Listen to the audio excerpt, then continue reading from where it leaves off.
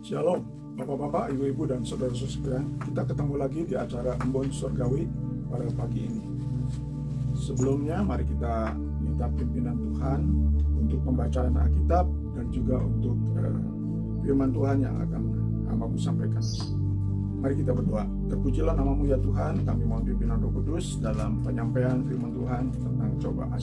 Biarlah ini akan menguatkan baik hamba-Mu dan juga semua bapak-bapak, ibu-ibu, dan saudara-saudara sekalian yang diberikan kesempatan anugerah untuk mendengar, mempelajari, menghafal, dan juga mempraktekkan firman dalam kehidupan sehari-hari.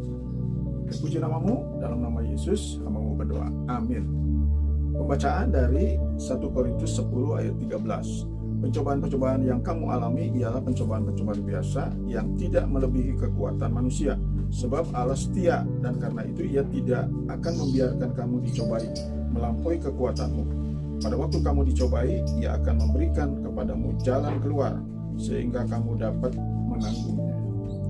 Menarik perhatian pembacaan ini yaitu bahwa pencobaan itu biasa. Jadi semua orang mengalami pencobaan-pencobaan, godaan, atau tantangan dalam hidup. Mungkin ada yang merasa lebih besar atau lebih berat. Nah itu saya jadi teringat bahwa dalam hidup kita ini harus melihat ke atas dan ke bawah. Pada waktu ke atas kita ingin melewati segala pencobaan itu, tetapi pada waktu kita ke bawah kita syukuri bahwa ada yang lebih berat, lebih besar yang dialami. Tetapi kita kembali pada firman Tuhan bahwa pencobaan itu biasa, jadi semua mengalaminya. Berbeda dengan ujian. Kalau ujian itu dari Tuhan untuk memurnikan iman kita atau untuk ada tujuan yang lebih besar dari rencana Tuhan bagi kita sekalian.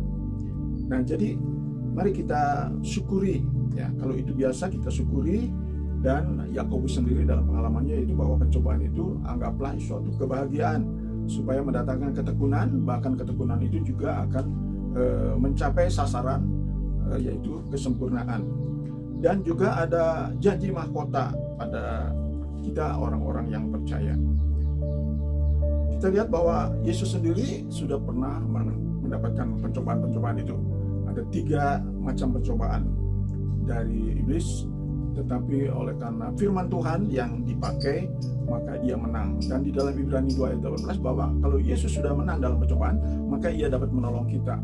Menolong kita secara langsung maupun menolong kita memberi contoh kepada kita. Sehingga tiap-tiap orang yang percaya kepada Yesus wajib seperti Yesus dalam menghadapi pencobaan pun demikian. Sehingga kita meraih sama, yaitu kemenangan atas segala pencobaan itu. Karena Yesus sudah pernah mengalami itu.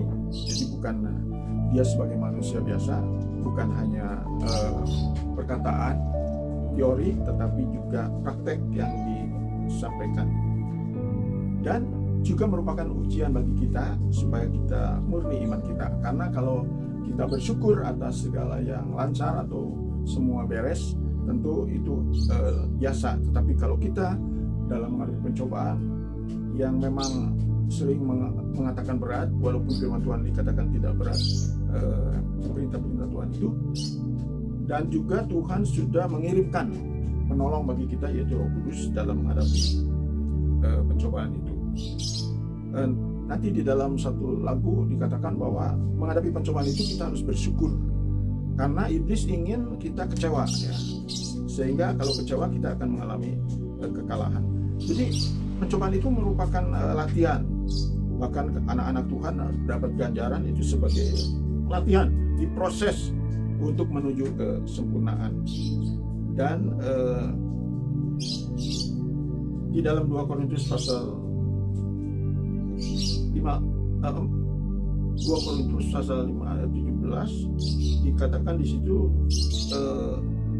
2 Korintus 4 ayat 17 dikatakan, ayat itu sangat menguatkan saya karena saya juga mendapat cobaan melalui sakit, tetapi dalam ayat itu dikatakan bandingkanlah dengan kemuliaan Allah maka itu tidak seberapa. Saya juga dihibur dengan pencobaan-pencobaan yang dialami oleh Ayub ataupun oleh Paulus dan lain-lain.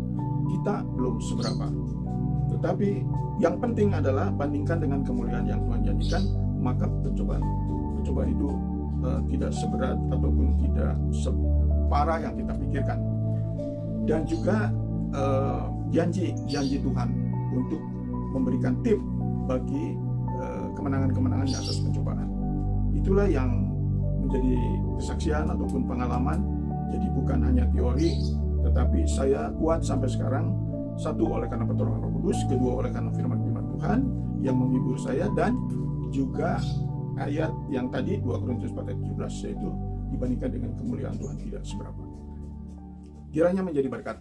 Mari kita dengarkan lagu yang saya karang ini dapat menguatkan kita.